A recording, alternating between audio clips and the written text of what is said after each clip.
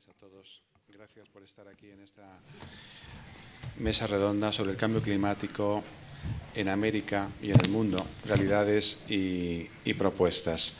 Están conmigo Teresa Rivera, Guillermo Dascal y Martín Barreiro. Me van a permitir que rápidamente haga una reseña de cada uno de ellos. Teresa Rivera es directora del Instituto de Desarrollo Sostenible y Relaciones Internacionales, con sede en París, desde junio del 2014, instituto con el que colaboraba ya desde antes de septiembre del 2013. Ella es funcionaria excedente del Cuerpo Superior de Administraciones Civiles del Estado, licenciada en Derecho por la Universidad Complutense de Madrid y diplomada en Derecho Constitucional y Ciencia Política por el Centro de Estudios Constitucionales. Fue secretaria de Estado de Cambio Climático entre el 2008 y 2011 y directora general de la Oficina de Cambio Climático entre 2004 y 2008 y ha ejercido con anterioridad diversos puestos técnicos en los ministerios de Fomento y Medio Ambiente. Es miembro de distintos consejos asesores, entre los que destacan el Consejo de Liderazgo Global de la Red de Soluciones para el Desarrollo Sostenible de Naciones Unidas, el Consejo Asesor Global en Cambio Climático del World Economic Forum y el de la iniciativa Momentum for Change de la Convención Marco de Naciones Unidas para el Cambio Climático. Pertenece al Consejo Internacional del BC3, al Consejo Asesor del Institut pour la Recherche du Développement y a los patronatos de la Fundación Alternativas y de Fundipax.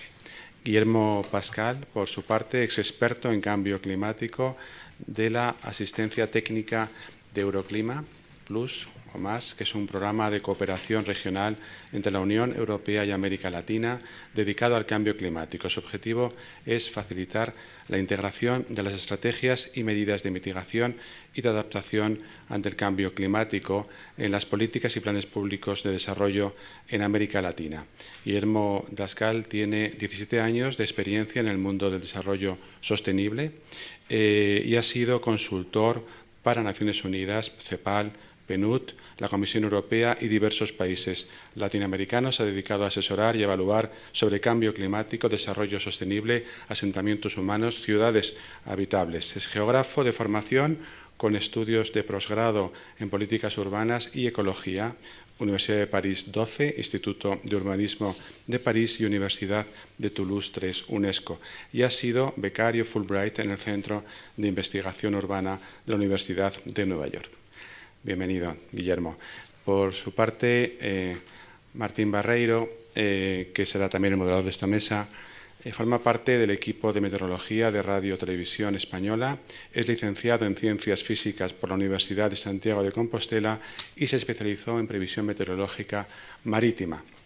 Su trayectoria profesional arrancó en 2002 y estuvo vinculada al Centro Meteorológico Regional de Galicia, perteneciente al Ministerio de Medio Ambiente, donde ejercía como meteorólogo operacional y numérico. En este mismo año comienza su andadura como meteorólogo y presentador de la Televisión de Galicia. Además, compagina esta labor con el asesoramiento científico al servicio de la información de la Radio Pública Gallega. En 2010 pasa a formar parte del equipo del Tiempo de RTV, donde ejerce como meteorólogo y presentador a nivel nacional y también complementariamente sustituye a Jacob Petrus en el programa Aquí la Tierra en numerosas ocasiones, encargándose de la parte meteorológica del programa. Ha escrito muchas publicaciones científicas y es coautor de 4 libros. En el 2015 ganó el prestigioso premio TV Weather Forecast Award. Así que a todos otra vez bienvenidos. Gracias por estar aquí, gracias por haberse desplazado desde París o desde cada uno de sus lugares de residencia para compartir con nosotros cuáles son las perspectivas, la situación actual, las verdades y mentiras del cambio climático. Cuando hemos propuesto esta mesa redonda, por supuesto lo hicimos al calor de las noticias preocupantes que llegaban de América. Nuestra vocación es América, como saben ustedes, de huracanes, ciclones, incendios en Norteamérica y en el Caribe, pero también, por supuesto, movidos por la situación climatológica en España, de la sequía pertinaz que nos asola y en toda Europa Así que creemos que es una ocasión muy buena para que conozcamos de la mano de los expertos tanto en qué situación estamos, qué perspectivas tenemos, como qué respuesta internacional se está dando a estos problemas. Así que, sin más, de nuevo, muchas gracias a todos por estar aquí y le paso la palabra al moderador, a Martín Barreiro. Martín, cuando quieras. Es un tema del cambio climático que yo creo que es de vigente actualidad, a pesar de que es muy antiguo también, porque hay artículos ya de cambio climático de hace más de casi 40 años, aunque creamos que es un tema que solo se habla desde hace unos años, es algo que ya los científicos tenían presente ya hace mucho tiempo. Y yo soy ahora mismo, bueno, yo podría definirme como científico, aunque ya no actúo como tal, soy simplemente de cara a los medios de comunicación, y como tal recibo las preguntas y recibo el interés por parte de la sociedad que nos ve, que se preocupa y que le interesan nuestros pronósticos, y que se preocupa y que le interesan los cambios y el devenir del clima. Entonces, es inevitable escuchar las preguntas y todos los días, a través de las redes sociales o incluso en persona, por la calle o en el propio trabajo, la gente está muy preocupada y siempre pregunta si todo lo que está sucediendo, los eventos extremos que estamos teniendo, las sequías, todo lo que está relacionado con el tiempo del día a día, si está relacionado a su vez con el cambio climático, si hay alguna relación. Hasta ahora la respuesta científicamente correcta, hago esta analogía con la manida frase políticamente correcta, era que en realidad no se pueden relacionar los eventos meteorológicos con los eventos climáticos.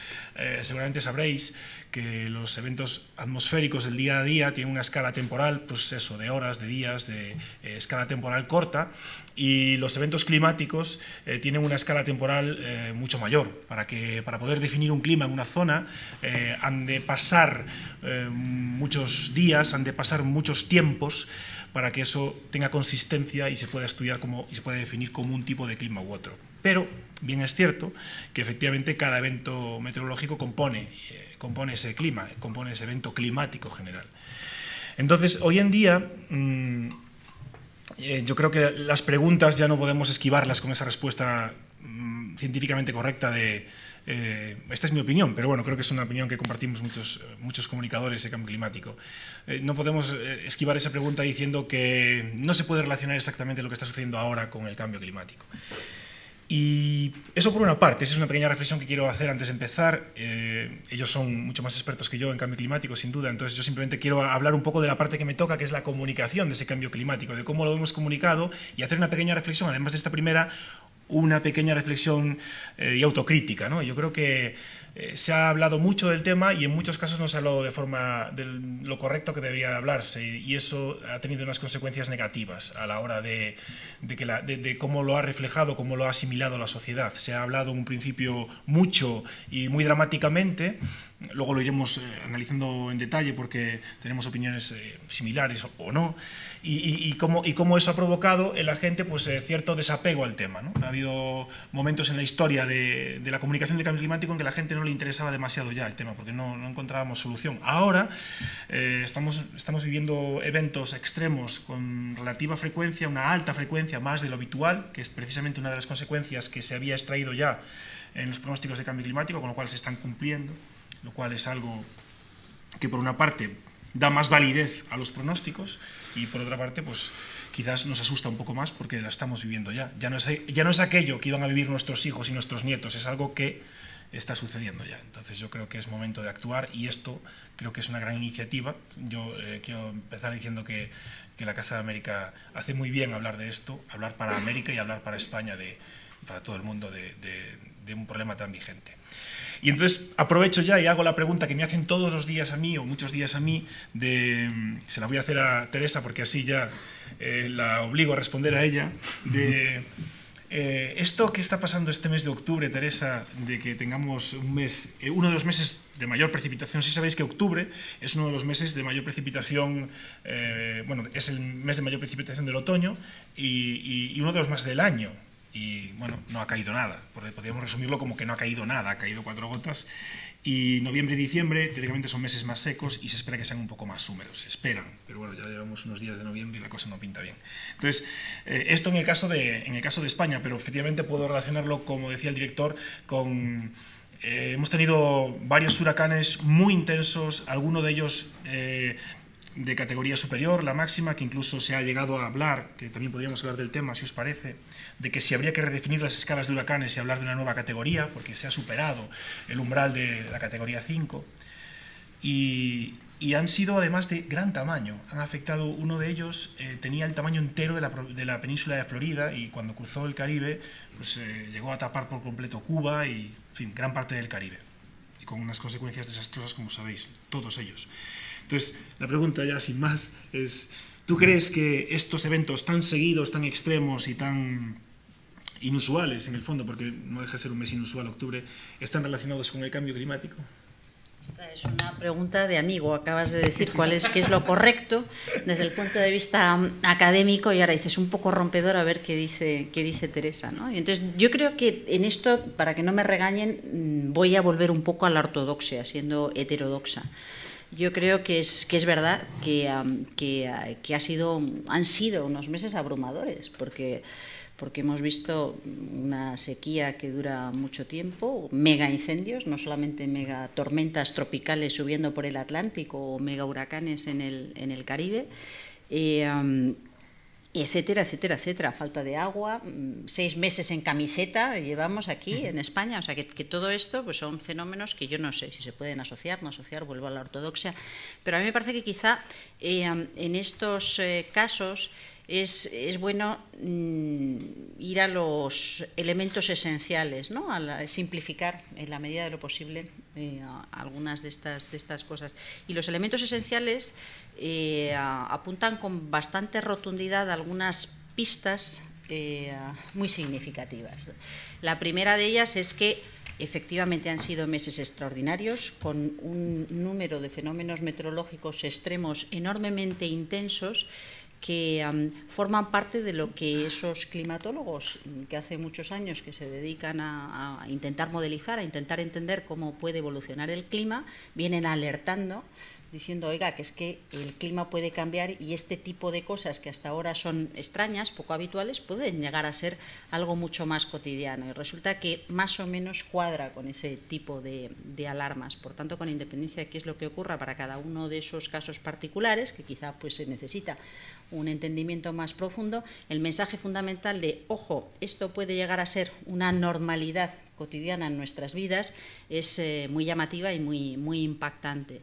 La segunda de estas cosas que a mí me parece importante en los esenciales es evitar lo que acabas de decir. Claro, esto resulta muy abrumador. Si esto es una nueva normalidad y a partir de ahora solo tengo incendios, huracanes, tormentas tropicales, ¿qué hago? Que está fuera del alcance de lo que yo puedo hacer, ¿no? Y es una reacción que yo diría hasta normal. Si está fuera de mi alcance, pues carpe diem, cada día disfrutar de lo que tengo a mi alcance y poco más, ¿no? Y entonces yo creo que quizás esto el otro componente que hay que evitar en lo que tú dices, porque no vale relajarse. Es probable que lo que está en nuestro alcance no sea el gran huracán, pero sí el contribuir a que aquello no se ponga peor con el paso del tiempo. Y a lo mejor en términos de comunicación lo que falta aquí y allí, y estamos entre todos intentando construirlo, es identificar qué cosas concretas, qué sendas construidas a partir de muchas cosas concretas pueden ayudarnos a paliar, a remediar, a asegurar un futuro más o menos razonable y más o menos predecible, que facilite la vida a los meteorólogos de la tele para cuando tengan que explicarnos qué es lo que ocurre con el tiempo de cada día, ¿no? Sí, porque cada día es más complicado pronosticar. No os voy a engañar, pero esto lo hablaba el otro día con un compañero y hablábamos de esto precisamente, que nos ha tocado una mala época de trabajo porque los pronósticos cada vez son más complejos y afectan más a la sociedad de una manera negativa. Entonces yo introduzco a veces, que creo que ya me estoy extralimitando en mi trabajo, introduzco esas cosas que le corresponderían a las gentes de protección civil, de autoprotección, ¿no? Que en realidad, por ejemplo, en el caso de Estados Unidos es una cosa que lleva mucho más tiempo que nosotros en lo que es la comunicación meteorológica en televisión. También los ingleses nos llevan más años de ventaja, y ellos ya introducen en su comunicación diaria medidas de autoprotección. protección. No suena raro allí hablar de qué hacer o cómo comportarse, y tampoco en América Latina.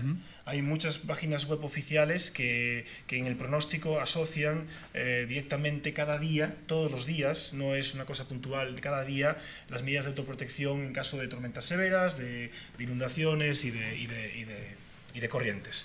Si me permites, eso Sí. comenzó mucho con la capa de ozono, con la protección de la capa de ozono, sobre Protección todo los solar. países del cono sur, en los cuales cada día se indicaba qué era lo que había que hacer, cuál era el índice del día y cómo uno tenía que protegerse. Yo creo que en el caso de América Latina, volviendo un poco a la pregunta sobre esta relación entre los fenómenos meteorológicos y los fenómenos climatológicos, en el caso sobre todo de los eventos extremos como tornados y huracanes en América Central, mayoritariamente, que es donde ocurren, si uno analiza la tendencia, es claro de que la frecuencia, o sea, la cantidad de eventos, la intensidad del mismo evento, la magnitud del área, es realmente mayor. Si en la curva es absolutamente clara y por años, por décadas ha sido de una intensidad X y ahora se ve todo realmente incrementándose mayoritariamente. O sea, dentro del capítulo de técnicos y profesionales que trabajan en el tema de la región, en general hay un consenso de que efectivamente hay una relación y ese es un tema que tiene que quedar muy claro.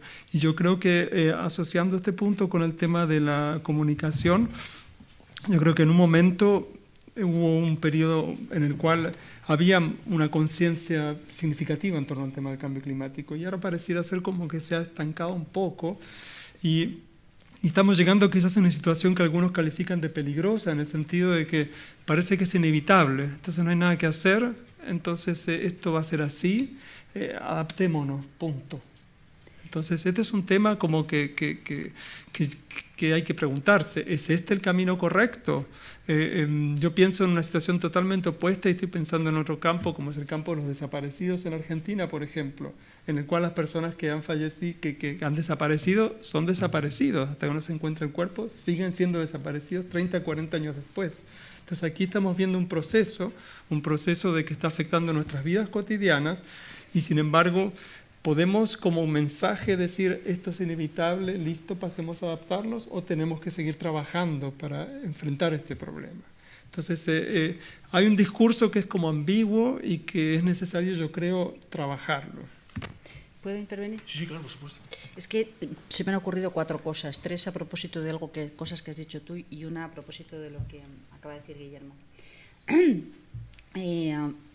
Has dicho algo muy importante, que es la capacidad de orientar para reducir el daño que se puede producir cuando ocurren estos fenómenos, que es algo propio de los servicios de protección civil. A veces mejor coordinados, a veces peor coordinados, con más medios o menos medios.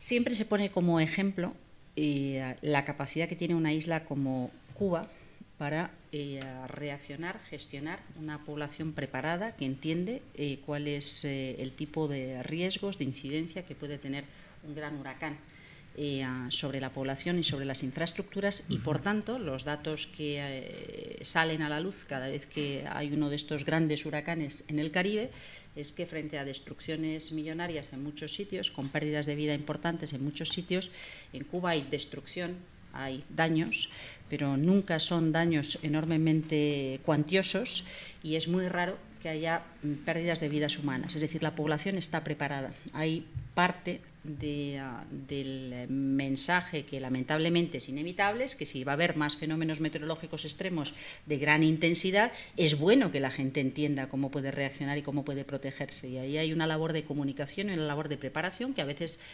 podemos pensar que es muy sofisticada, pero en realidad no siempre es tan sofisticada, tan compleja o tan costosa como pudiera parecer. Es sobre todo una labor de entendimiento, por supuesto, cuanto más sofisticada mejor, pero sobre todo lo que se necesita es un conocimiento bueno y claro de qué es lo que debe hacer la población. Luego hay otra cuestión que también me parece muy, muy interesante a propósito de este mismo asunto, y de lo que hemos estado viendo en el mes de octubre, ¿no? Con esa imagen de los 3 huracanes pasando simultáneamente y asolando todo el Caribe.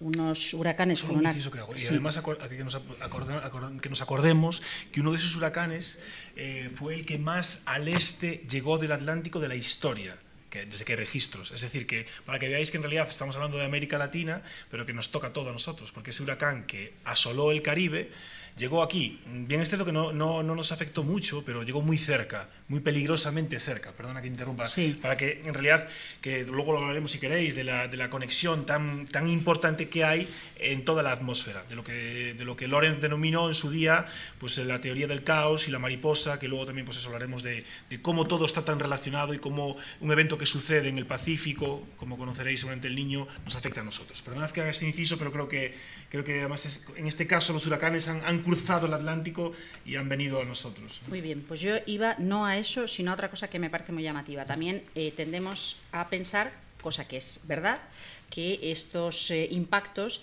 son mucho mayores en países vulnerables, frágiles, son años de atraso en términos de desarrollo, pérdidas muy cuantiosas en servicios básicos y afectan a los más frágiles y vulnerables dentro de los colectivos de la población, cosa que es completamente cierta. Bueno, vamos a repasar esas imágenes de qué es lo que ocurrió en el Caribe en estos últimos huracanes del mes de octubre. Nos encontramos con Antigua y Barbuda, con la isla de San Martín y con Puerto Rico. Y en Puerto Rico, estado asociado a Estados Unidos, llevan 2 meses sin agua y llevan 2 meses sin luz. Es decir, ¿qué ocurre con el resto de los países y de las zonas afectadas que no nos salen en el radar y que en teoría tienen muchos menos medios, muchos menos recursos, mucha menos capacidad de reaccionar cuando se produce uno de estos eventos? Por tanto, es algo que vamos a ir viendo cada vez con mayor intensidad. Tenemos que estar preparados, ocurra lo que ocurra. Si sabemos, si tenemos una capacidad de anticipar qué es lo que va a ocurrir, lo razonable sería también tener una capacidad de anticipar como comunidad internacional de qué modo podemos ofrecer una cierta solidaridad, una cierta garantía de que los elementos básicos, los servicios básicos para un mínimo de vida razonable se pueda mantener. Y la tercera cosa, al hilo de lo que tú decías, Guillermo, es que yo creo que aquí a veces nos confundimos sobre si es mejor evitar las emisiones de gases de efecto invernadero y por tanto que se incremente el problema. Esto debería ser un no objetable por nadie, salvo por el endemismo Trump, pero es obvio que hay que evitar, reducir al máximo el origen del problema. Lo que pasa es que, lamentablemente, esto tú sabes mucho más que nosotros, probablemente la inercia del sistema climático nos lleva a pensar que en todo caso vamos a convivir con impactos del cambio climático, aunque las emisiones se redujeran a cero durante mucho tiempo. ¿Qué significa? Pues que tenemos que hacer como en Cuba, es decir, tenemos que tener esa capacidad colectiva de poder identificar de qué modo estamos mejor preparados para que nos afecte lo menos posible aquello que va a ser muy probable que nos ocurra cerca. Y esto no siempre es así. A veces tiene que estar acompañado por una intervención, por una cierta facilidad de sistemas de seguros, de microseguros. Claro, una de las cosas que ocurre es que la población de pescadores o la población rural con menos recursos, cuando pasa el huracán, se acaba todo y se acaba todo y no tiene nada asegurado, por tanto se acaba todo de verdad y esto forma parte de los elementos un poco engañosos de las cuentas que se hacen, ¿no? Bueno, pues poner en marcha sistemas que sean asequibles para ofrecer una mínima protección incluso a los colectivos más frágiles y más vulnerables es también importante. Y me parece que todo esto combinado requiere una acción concreta sobre el terreno, un entendimiento concreto, una priorización de cuáles pueden ser los elementos en los que se puede actuar con una incidencia mayor en cada sitio, que requiere entender bien el espacio en el que se trabaja, ¿no? Si me permites, en torno a lo que mencionabas, claro, es un tema nuevo y tenemos que aprender todos de todos, sin excepción. Y sin prejuicios, entre comillas, yo creo. Y en ese contexto creo que ese es un tema para América Latina, porque América Latina es un subcontinente muy diverso, en el cual aprender unos de otros es una tarea bastante compleja, ¿no? Es difícil reunir a los países para poder aprender, para poder hacer lo que hemos llamado cooperación sur-sur. Entonces, esa es una de las líneas en las que estamos trabajando principalmente nosotros desde Euroclima Plus. Estamos tratando justamente de recoger experiencia de muchas de las agencias que están trabajando actualmente en Europa y aquí en España con América Latina, como AECID, como FIAP, también GIZ, Expertise France y l'Agence France Développement, y recoger la experiencia del trabajo de ellos en América Latina, asociarlos con recursos frescos que ofrece la Comisión Europea para un programa que es elegido por los propios países. Y el tema de gestión de riesgos ha sido uno de los 6 grandes temas y son uno de los 6 focos que vamos a trabajar a partir de este año.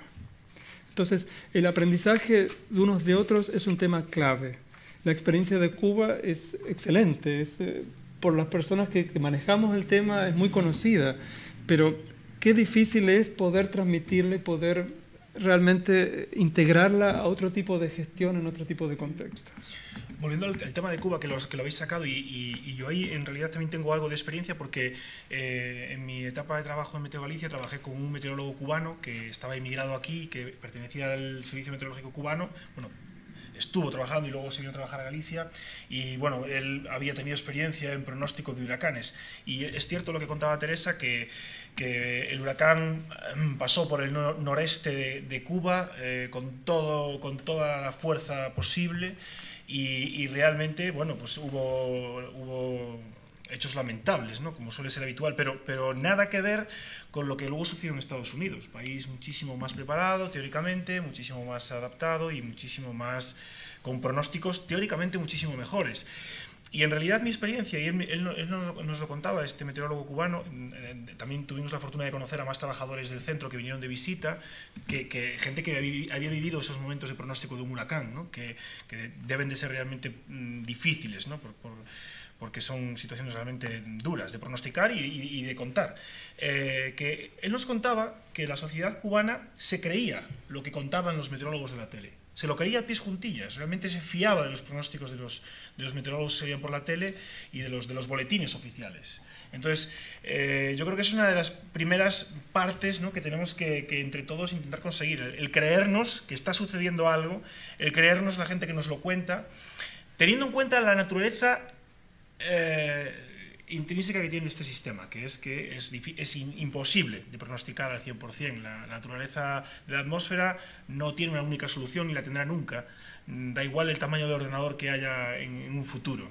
Lo que los pronosticadores matemáticos dicen es que nunca jamás se podrá llegar a saber exactamente si va a haber aquí 18 grados y una humedad de tanto y en este otro punto cuánto va a haber, porque en realidad es un sistema lo suficientemente complejo como para que no podamos llegar a ese nivel de incertidumbre. Pero sabiendo eso también, sabiendo que hay una incertidumbre muy grande, que los pronósticos en realidad sí funcionan bien. Y la evidencia es que los pronósticos de cambio climático están funcionando bien. Y entonces en Cuba la gente se los cree. Entonces eso es una cosa que yo creo que les funciona muy bien. O sea, que el hecho de que se creen que va a pasar lo que va a pasar, lo que les están diciendo, y eso activa en sus cabezas, en sus vidas, pues protocolos de autoprotección. Que a lo mejor en otros sitios, pues se subestima, ¿no? Porque no se creen esos pronósticos. Creo que es un poco la sensación que yo tengo de lo que me ha tocado a mí vivir, por mis pronósticos, por mi relación con nuestro entorno, de que nosotros tenemos un estigma que todavía nos cuesta quitar, de que nos equivocamos siempre, ¿no? Y es una cosa que duele mucho porque en realidad la estadística no es una cuestión opinable, ¿no? La matemática no tiene opiniones y la estadística que tenemos de pronóstico y de acierto es una cosa que no da igual lo que opine la gente, es una cuestión de que es así. Entonces no es verdad, acertamos más del 80% de los pronósticos, que eso pues puede parecer poco, ¿no? Pero a mí me parece pues, bastante aceptable hoy en día.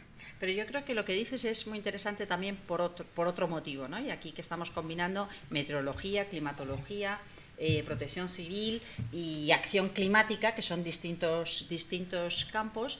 Yo creo que es importante entender también cuál es el papel y lo que hay que pedir a cada cual. Es decir, el meteorólogo, el climatólogo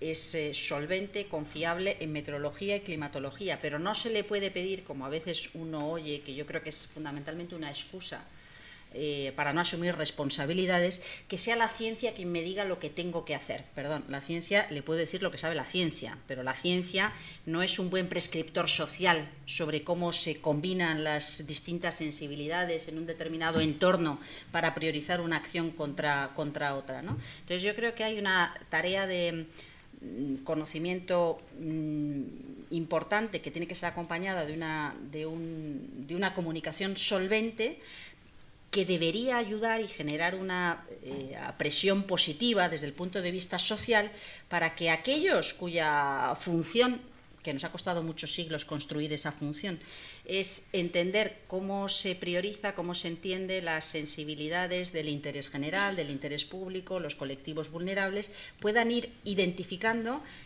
las medidas que proponen, que tampoco son ni matemáticas ni técnicamente perfectas, no hay una combinación mejor que otra, pero sí acompañando esos debates que en el fondo son debates sociales, ¿no?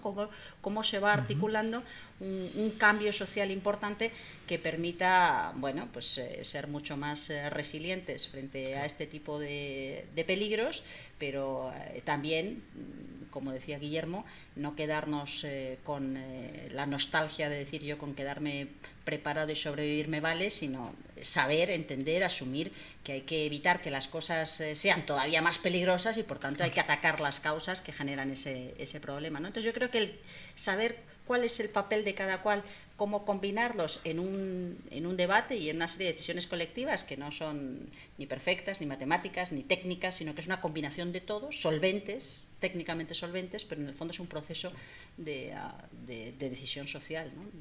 y de tutela institucional. Sí, sin duda está clarísimo.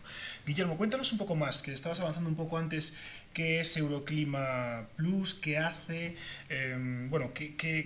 ¿Cuáles son vuestros objetivos? Sí, hay un video que tenemos que quizás, no sé si será bueno... Sí, si pudiéramos poner el vídeo... Creo que está sobre Euroclima. Plus es una oportunidad que tienen los países de América Latina para potenciar sus acciones y, ¿por qué no, llegar a cumplir el sueño de no pasar de los 2 grados centígrados? Significa decisiones políticas. Significa un avance más, un paso adelante a la lucha contra el cambio climático. El programa Euroclima es una oportunidad para los países latinoamericanos de demostrar que pueden trabajar juntos a pesar de toda la diversidad que abarca la región. Euroclima Plus es un trabajo y un programa de ayuda y de cooperación espectacular. Bueno, Euroclima Plus es la posibilidad de potenciar acciones que hace tiempo están siendo pensadas y que están empezando a tomar forma. Una ayuda que necesitamos desde hace mucho tiempo. Integración de Latinoamérica para combatir el cambio climático del cual somos más vulnerables los latinoamericanos. Mejorar la calidad de vida y crear sociedades resilientes a los efectos del cambio climático. Un catalizador del potencial que tiene América Latina. Euroclima Plus es una línea que se inserta en nuestros, como te decía, en nuestros programas, en nuestros proyectos de enfrentamiento al cambio climático, que debemos aprovecharlo, debemos conocer de él, debemos saber qué nos ofrece y en la medida de las posibilidades y las particularidades de los países podemos acceder a él para beneficiar nuestras contribuciones en nuestros proyectos de mejora climática. Oportunidad para alcanzar un desarrollo económico a través del cumplimiento de las contribuciones nacionalmente determinadas. Es un aliado. Es un mecanismo que nos va a permitir seguir trabajando juntos, cooperar más estrechamente entre los países de América Latina con apoyo de este bloque de la Unión Europea y poder impulsarnos hacia adelante, poder trabajar más para crecer, para enfrentar los temas del desarrollo económico, reducir la pobreza y enfrentando los temas de cambio climático. Euroclima es un programa que surge de acuerdos intergubernamentales entre 18 países de América Latina y los gobiernos de la Unión Europea. No sé si saben, hay reuniones a alto nivel, a nivel presidencial, cada 2 años entre ambas regiones y se definen en qué temas, en qué áreas se puede articular trabajos, en qué temas se puede cooperar. Y es así que en el año 2008 surgió el interés por el cambio climático y a partir del 2010 funciona el programa Euroclima. Este programa tiene la particularidad de que los temas que se trabajan son solicitados por los propios países de la región. Y empezó con 2 años y medio con 3 millones de euros para empezar a trabajar, siguió luego con unos 14 millones de euros para finalmente comenzar ahora con Euroclima Plus con 80 millones de euros, ya centrados en acciones concretas y en apoyo a los países. ¿Qué han pedido los países para enfrentar este tema? Y esto quizás es una especie de barómetro de por dónde va el problema, por dónde van las barreras. El programa se estructura en base a 2 tipos de servicios que se entregan. Uno son proyectos concretos, es decir, ayudar a los países a que vean proyectos demostrativos que les muestren otra manera de enfrentar el problema, ya sea para mitigar o ya sea para adaptarse. Y las 6 áreas temáticas fueron elegidas por los propios países. Pero también hay un tema de gobernanza ambiental, gobernanza climática, porque una de las grandes barreras es el tema, por ejemplo, de la capacitación, es el tema de cómo articular en forma interinstitucional estos problemas. Como ustedes saben, los problemas de cambio climático son problemas multifacéticos, son problemas que abarcan muchas cosas. Por ejemplo, si pensamos en algunos sectores de América Latina con el derretimiento de los glaciares, pienso en Mesoamérica, los valles donde hay campesinos, donde hay grupos indígenas, pero también actividades agrícolas, exportadoras, etcétera, de alto nivel tecnológico. Desaparecen los glaciares, entonces, ¿cómo enfrentar este tema? ¿Qué organismo del gobierno de estos países es el que se encarga de enfrentarlo?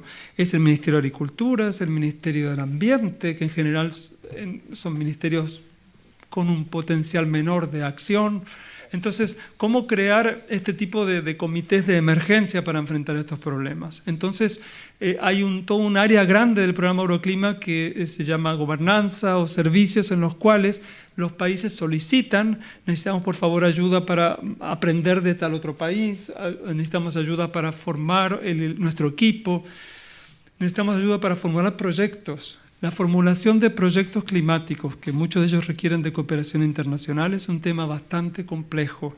Tan complejo que los países han solicitado fuertemente este tipo de apoyo. Nosotros hemos hace poco relevado, para darles una idea, y yendo al tema específico del financiamiento climático, hemos detectado que en América Latina operan más de 50 fuentes, 50 instancias, programas, bancos, fuentes en general, que aportan recursos al cambio climático. Entonces, ¿cómo entenderlos? ¿Cómo acceder a ellos? ¿Cómo saber sus plazos? ¿Cómo articular estos fondos con los presupuestos nacionales cuando se necesita de aportes de contrapartida? Es un tema muy complejo. Entonces, desde Euroclima trabajamos en dos órbitas. Por un lado, atender temas específicos: gestión de riesgo, bosques, biodiversidad de ecosistemas, el agua, energía. Y por otra parte, cómo atender estas cosas, entre comillas, pequeñas, pero muy importantes. Entonces, en la región son muchos países, trabajamos conjuntamente con 18 países. El hecho de reunirse y aprender, como decía anteriormente, es algo que no ocurre habitualmente. Entonces nosotros estamos allí con este programa para poder apoyarlos. Es un poco la idea. Las barreras tienen que ver con gobernanza y tienen que ver con la formulación, diseño y gestión de proyectos específicos. Proyectos como, por ejemplo, si uno quiere hacer una ruta de que estuviera protegida de las inundaciones, bueno, hay un Ministerio de Obras Públicas, pero también hay otros tipos de ministerios que tienen que estar convencidos que este es el tema. Entonces, no es una tarea fácil, pero en eso estamos. Muchas gracias, Guillermo. Me gustaría preguntaros a los dos, bueno, empiezo por ti, Teresa, ¿qué esperanza tienes ahora en la nueva COP que está empezando? No sé, ¿cuál es tu sensación o cuál es la sensación general, si nos puedes contar algo? Bueno, yo creo que es algo que encaja bien con lo que acaba de explicar Guillermo, porque es algo complementario. La reunión anual de Naciones Unidas, de la Convención Marco de Naciones Unidas para el Cambio Climático, en el fondo es una plataforma de gobernanza global. ¿De qué modo podemos tener la visión de conjunto sobre qué ocurre, qué significa que unos hagan más o hagan menos, cómo se puede acelerar, apretar el paso en esta dirección o en esta otra, después del Acuerdo de París? Sabemos que hay una dicotomía entre los objetivos que nos hemos marcado, cuál es el nivel de riesgo que asumimos colectivamente y la suma, el resultado de las contribuciones de lo que hacen los países, y sabemos que eso tenemos que acelerar, tenemos que hacer muchas más cosas, ¿no? Para esta reunión anual, la agenda es probablemente aburrida desde el punto de vista de la agenda oficial, porque la agenda oficial de esta reunión es redácteme usted, póngase de acuerdo en la letra pequeña, en el desarrollo que requiere el Acuerdo de París para poder ejecutarse, cómo se mide, cuándo se mide, quién, de qué modo se hace, cómo se valora el impacto de las cosas que están ocurriendo, y todo esto pues son aspectos técnicos que resultan poco atractivos, ¿no? pero son importantes, porque si no, no se puede avanzar en esa capacidad de gobernanza y de entendimiento de conjunto. Esa es la agenda, y esa es una agenda que, como digo, es, a pesar de ser aburrida, relativamente importante.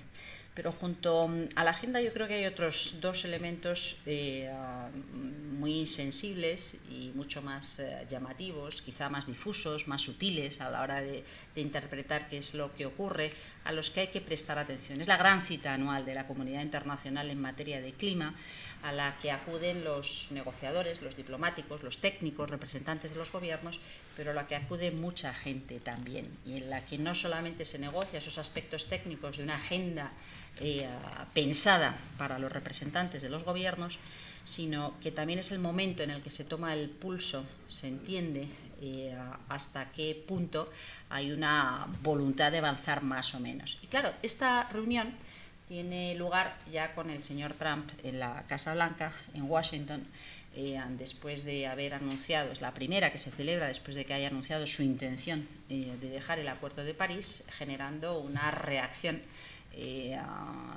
muy entusiasta por parte de republicanos y demócratas al frente de ayuntamientos o estados en Estados Unidos, o consejeros delegados y actores económicos y sociedad civil americana. Pero también una reacción muy importante por parte del resto de los gobiernos de la comunidad internacional. Una reacción muy importante que se ha saldado no solamente con la entrada en vigor del acuerdo en un tiempo récord, sino con el hecho de que todo el mundo ha salido a contestar: yo no me voy de aquí porque no me quiero ir, porque esto lo hago porque me interesa, por mi egoísmo, porque necesito conciliar todas esas cosas a las que apuntaba Guillermo, por tanto me es indiferente qué es lo que haga este señor va a dañar la economía americana y va a dañar las pautas de la gobernanza global, pero nosotros no nos descolgamos. Pero, claro, de algún modo esto no nos resulta suficiente. Hace 2 años en París salimos diciendo estamos muy contentos porque hemos logrado construir este sistema, pero somos conscientes de que este sistema es insuficiente, que hay que activarlo, hay que abordar reformas sistémicas muy importantes de nuestra realidad económica, de nuestra realidad energética, transformar nuestros modelos, cada uno en nuestra casa. Y solamente si ponemos en marcha esas transformaciones profundas de nuestros modelos económicos y nuestros modelos energéticos, podremos atrapar el retraso con el que estamos operando. El efecto Trump ha sido un poco anestésico, es decir, los líderes del mundo que salían contentos, pero un poco con la timidez de saber que lo que estaban en condiciones de ofertar hace 2 años era insuficiente para cumplir sus compromisos, en estos momentos están muy contentos porque no están con Trump, porque están con el Acuerdo de París, porque al Acuerdo de París ha sumado Nicaragua hace menos de un mes y Siria hoy mismo, es decir, los 2 únicos países que no lo habían hecho hasta la fecha. Pero no basta haber firmado ese acuerdo y quedarse contento porque no se está con Trump. Hay que abordar esas reformas muy importantes y eso es una decisión de cada cual en su país. Cómo se plantea el modelo energético, cómo se plantea el modelo de usos de suelo, cómo se transforman las señales económicas, fiscales, financieras, para no confundirnos a la hora de dedicar el dinero a cosas que nos pueden hacer más daño desde el punto de vista climático, sino dedicarlo a aquello que nos hace resilientes y que nos mejora las condiciones de lo que vengan después. Y esto vamos a ver qué es lo que ocurre en Bonn, cómo reacciona la gente, cómo reaccionan todos esos otros líderes que acuden a esta negociación, no a negociar, sino a intercambiar impresiones, a tomar el pulso, a entender qué es lo que está ocurriendo en el resto de los países, después de que China, India, en fin, que haya habido muchos movimientos este año. Y el otro gran factor político importante es también asociado a ese efecto Trump. En el fondo ha habido un cierto acuerdo global diciendo transformar nuestro modelo económico requiere tiempo, pero entendemos que también exige solidaridad. Por tanto, vamos a contribuir de forma importante a la solidaridad para con los más vulnerables del mundo. Claro, el señor Trump dice: yo no contribuyo nada a la solidaridad y aquí dejo un agujero. Y mientras tanto tenemos huracanes, sequías, inundaciones, porque nos estamos fijando en el Caribe, pero si vamos al sureste asiático ha sido un año horrible también. todo eso es un sufrimiento que la gente vive en sus propias carnes y evidentemente la pregunta es, a mí no me haga perder más tiempo, necesito entender cuál va a ser la capacidad de respuesta, la capacidad solidaria en este frente. Por tanto, esas son tensiones que se van a vivir en Bonn en una reunión que está presidida por Fiji, un país extraordinariamente vulnerable, muy pequeño, pero que ha asumido un liderazgo importante en algunos de los asuntos globales que más nos afectan en nuestros días. Ha estado presidiendo la Asamblea General de Naciones Unidas, ha estado presidiendo la Cumbre de Océanos que se celebró en Nueva York antes del verano y preside ahora la Cumbre de Clima. Y por último, la última variable en Bonn, que ya te estoy contando el rollo completo, una cosa que preguntabas, es que en esa ocasión de tomar el pulso, me he referido hasta ahora a tomar el pulso entre los distintos actores políticos, esa imagen de geopolítica de qué ocurre y hasta dónde está haciendo quién qué. Pero también hay una realidad que se palpa en las decisiones cotidianas de actores económicos y actores sociales que tienen que pensar en cuál va a ser su modelo de negocio de aquí a 20-30 años, qué decisiones de inversión toman hoy, qué modelo de infraestructura van a impulsar o no, o por qué les preocupa cuestiones sociales tan variadas como las migraciones o el acceso a agua o las condiciones de progreso o acceso a energía, ¿no?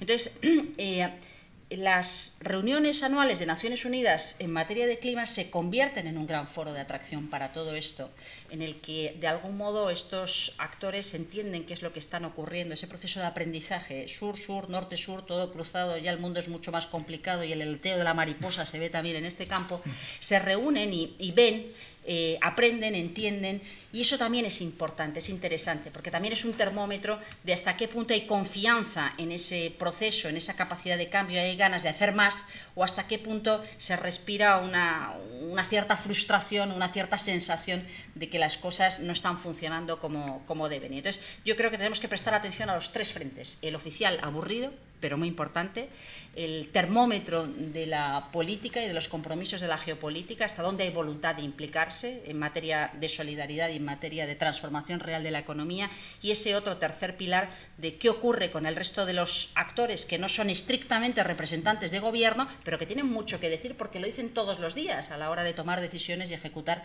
su propia realidad industrial o social en cada momento, ¿no? Sin duda, tienen un poder en la sociedad totalmente innegable en el día donde vivimos. No sé si quieres contar algo de lo de Bonn. Sí, quería agregar un poco algunos puntos, aunque fuiste muy clara en precisar los elementos centrales. Yo creo que va a ser es bien particular porque, como tú dijiste, estamos con un gobierno de Estados Unidos diferente, con una actitud y una disposición distinta, aunque si bien los gobiernos intermedios como estados o gobiernos locales tienen una postura bastante clara y a favor del Acuerdo de París también, y eso es significativo. También es una cumbre quizás, como tú decías, aburrida o muy técnica, porque va a haber que definir varias cosas que son realmente importantes, ¿no? Por ejemplo, si el Acuerdo de París se quería medir cuánto la sumatoria del progreso de lo que están haciendo todos los países. Si ustedes tienen la oportunidad de leer a qué se comprometió cada país y quieren hacer la suma, es muy difícil hacerla. Porque cada país tiene su lógica, tiene sus prioridades, tiene sus temas, tiene sus maneras de medirlo. Entonces, ese tema que parece una cosa sencilla es bastante complejo. Son de los temas técnicos que abordar. Otro tema que también va a ser tratado es el tema de los pasivos en materia de cambio climático. Algunos países han generado este problema mucho más que otros y siempre aquellos países que están recibiendo el problema del cambio climático reclaman y exigen de que se compensen. Otros países dicen, bueno, tampoco podemos pagar por la esclavitud de hace 100 años, pero bueno, ese tipo de debate seguramente va a aparecer, como siempre ha aparecido, con mayor o menor intensidad. El tema de las tecnologías mágicas, ¿no? Que aparezca alguna tecnología que pudiera realmente transformar el CO2 y realmente va a hacer bajar la temperatura, también va a ser un tema que yo creo que va a surgir fuertemente.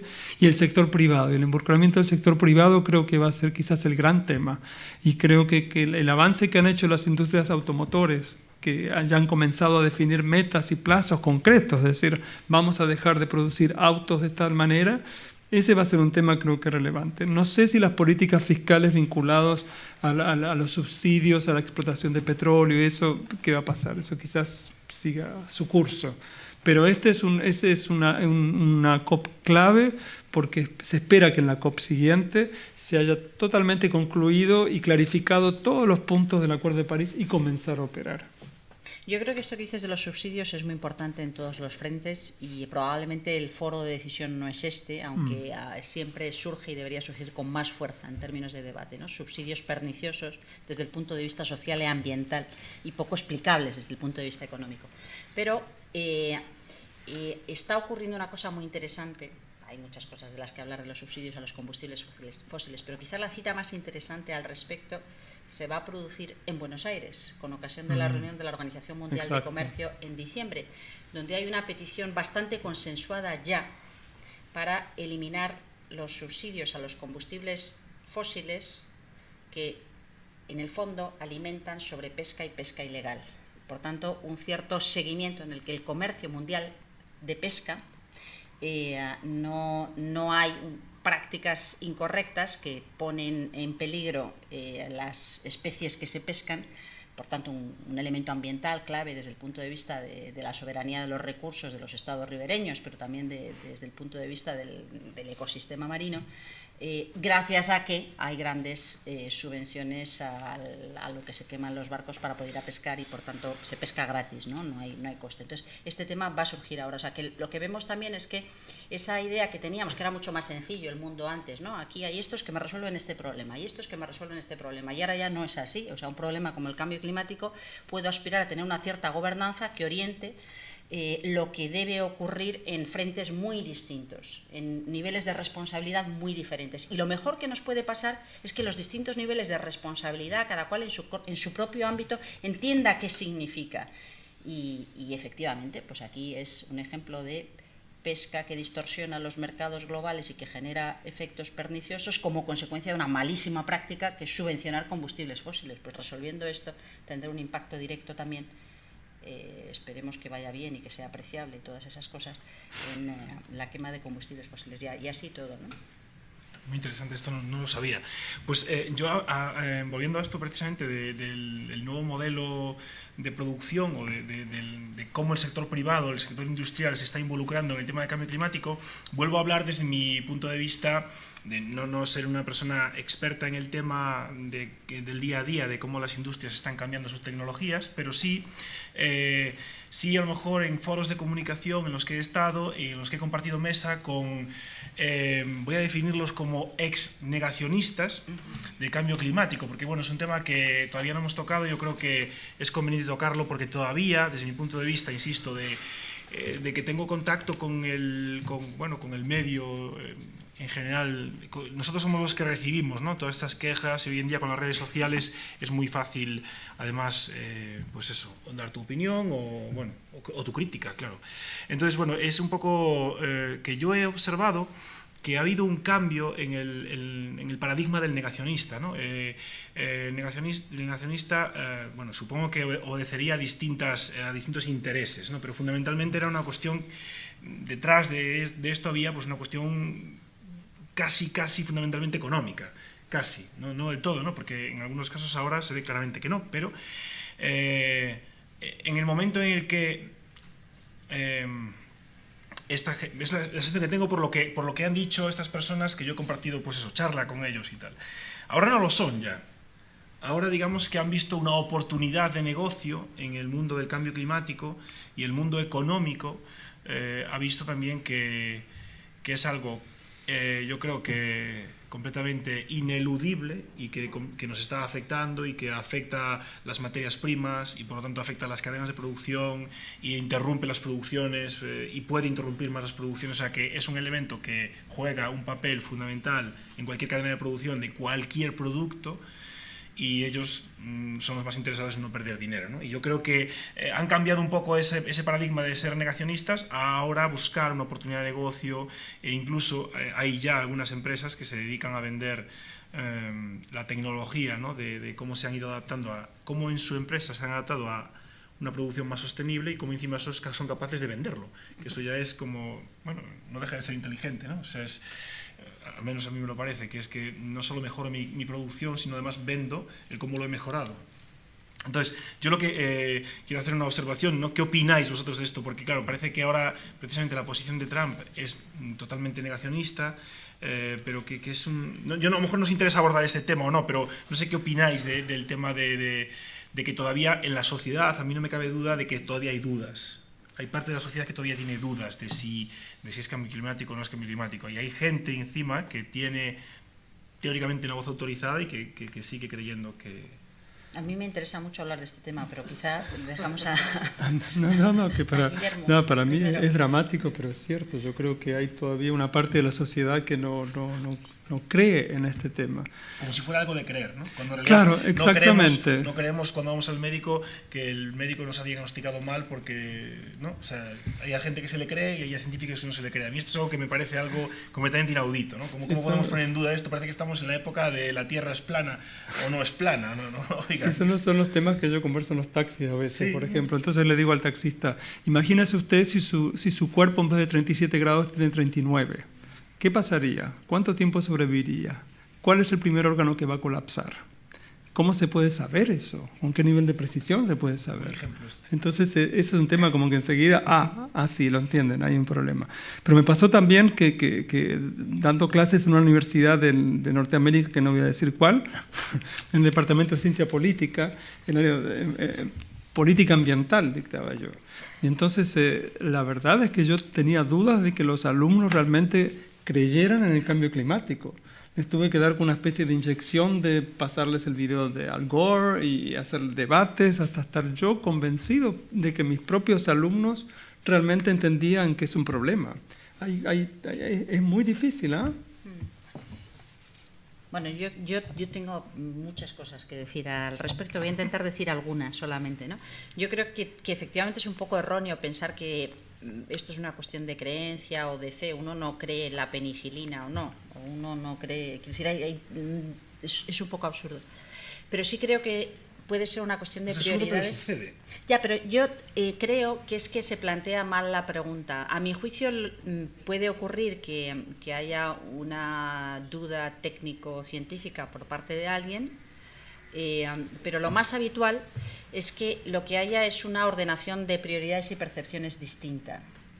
Ese grupo muy amplio, muy heterogéneo de lo que tú llamabas clima escépticos, más allá de que tuvieran mayor o menor conocimiento del sistema climático, probablemente a lo que te estaba refiriendo es a empresas, a corporaciones con una mochila a sus espaldas suficientemente importante en términos de expectativas de retorno, de beneficios, que se pone en riesgo como consecuencia de la posibilidad de que haya cambios bruscos en la regulación que les impidan materializar esos beneficios. Por tanto, no se trata de si se cree o no la ciencia del clima, se trata de, oiga, yo defiendo aquello en lo que he invertido y de lo que espero un retorno X, y si usted me dice que no voy a tener retorno X, mato por mantener ese retorno X.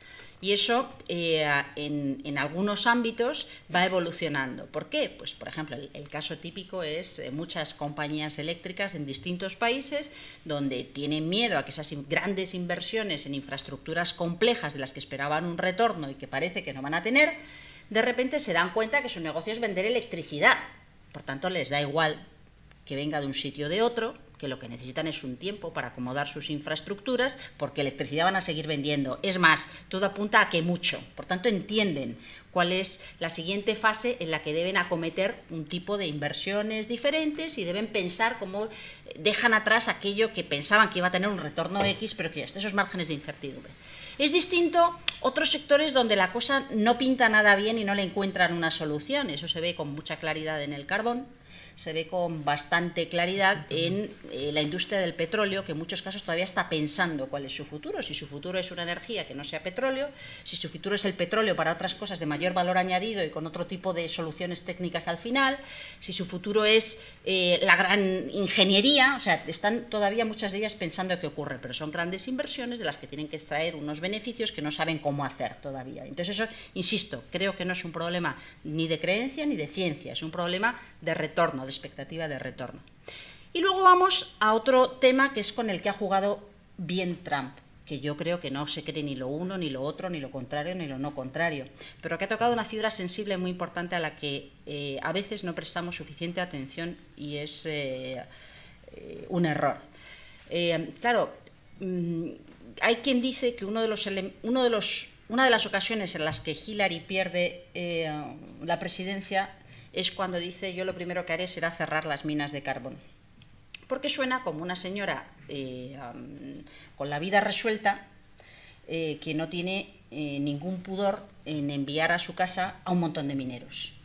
En el fondo, el negocio está acabado, no tiene sentido económico, el sentido energético se ha perdido, no va a haber grandes inversores que inviertan dinero en esa zona, pero claro, ahí hay una serie de personas, y vale para los mineros, pero inmediatamente después podríamos ver para otros muchos sectores de actividad que están sujetos a un proceso de transformación muy profundo, donde, oiga, yo minero, a mí, me creeré o no me creeré, es que nunca me he tomado la molestia de dedicarle 5 minutos a la ciencia del clima, ni le voy a prestar la atención de 5 minutos, pero es que lo que me importa es llegar a fin de mes. Por tanto, mi prioridad no es el sistema climático, mi prioridad es llegar a fin de mes. Es decir, esos colectivos que son vulnerables, frágiles, donde bueno, pues la prioridad que tenemos cada cual, que es nuestra familia y nuestro fin de mes, no le encuentra mucha más expectativa si no hay una capacidad suficientemente solidaria de generar una alternativa. Por eso yo pienso que a veces, siendo como somos parte de una cierta élite intelectual y social y bueno, pues económica en el mundo, hemos tardado mucho en darnos cuenta que grandes transformaciones como esta siempre tienen grupos de población extraordinariamente vulnerables desde el punto de vista social, que son fácilmente manipulables, y es un efecto perverso importante, por parte de quien espera retornos, no le gusta ver que no hay retornos, pero le dice: oye, tú, minero, sal a la calle a defender tu trabajo. En el fondo, el señor que dice: tú, minero, sal a la calle a defender tu trabajo, probablemente tampoco está pensando mucho en el minero, sino en su beneficio. Entonces,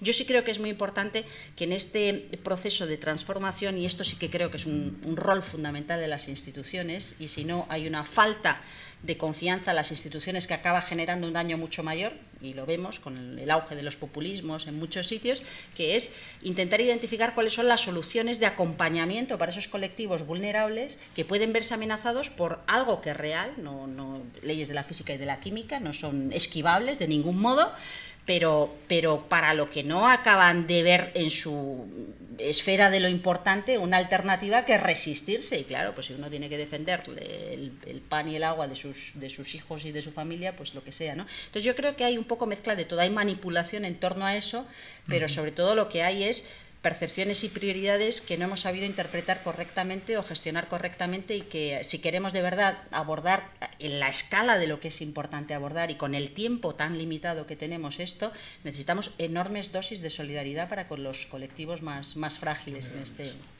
en este esquema. Bueno, pues yo creo que si queréis acabar con una última reflexión y damos paso a unas preguntas, porque yo creo que ya vamos pasándonos un poco de tiempo. No sé, algo que queráis. No, yo quiero que, justamente con el tema de solidaridad, recordar que América Latina es el continente que tiene más desigualdad social, y esta desigualdad social se va a ver agravada con el tema del cambio climático. Entonces, atender el tema del cambio climático implica especificidades distintas, porque tenemos que entonces ver que no es solamente un conjunto de territorios cuál es más vulnerable que otro, cuál ecosistema, sino también adentro de este territorio cuál es la población más vulnerable. Si estamos en una ciudad de que el tiempo empieza a ser más inestable y entonces hay aluviones y se destruyen las casas, obviamente se van a destruir las casas que están en las laderas, en lugares que no están permitidos, donde hay gente más vulnerable. Entonces la tarea del gobierno de adaptarse al cambio climático implica también esa tarea social. Entonces es bastante más complejo. Eso quería agregar. Muy bien, muchas gracias, Guillermo. Y no sé si... Yo he hablado mucho, pero me parece muy bien la manera en la que ha acabado Guillermo, porque es verdad que son vulnerabilidades y fragilidades que van muy asociadas, ¿no? Y probablemente esa es la gran diferencia, que la física, la química, inmediatamente después los mercados y las grandes corporaciones ajustarán, parece bastante obvio. La cosa es cómo se asegura un acompañamiento que evite esas mayores distorsiones y esos mayores impactos sociales y esa exclusión masiva de gente. Por tanto, me parece muy bien como acaba Guillermo. Y yo quería además añadir a eso que precisamente no solo de poner, de poner la lupa, bueno, la visión en esa gente más vulnerable, es interesante y es conveniente. Es interesante para ellos sobre todo, claro, obviamente, pero es conveniente también porque esa gente, y es un poco hilando con lo que contábamos de Cuba, yo también he leído algún artículo de algunos campesinos peruanos que han sabido ya adaptarse a las nuevas, o sea, que por el hecho de sus situaciones a veces mucho peores, ¿no?, que de los que vivimos más acomodados, no por eso su forma de adaptarse o su forma es peor. A veces, en su capacidad, quiero decir. Yo recuerdo algunos campesinos que han sabido cambiar el tipo de plantación. Quiero decir que incluso nosotros podemos aprender, ¿no?, de ese pueblo pues, que vive en una zona un poco más deprimida. Bueno, en definitiva, que siempre se puede aprender además de esa gente que vive en esos entornos más extremos, porque ha tenido que adaptarse a un entorno más extremo y ha sabido hacerlo sin ayuda, a lo mejor, pues que hemos tenido en otros casos.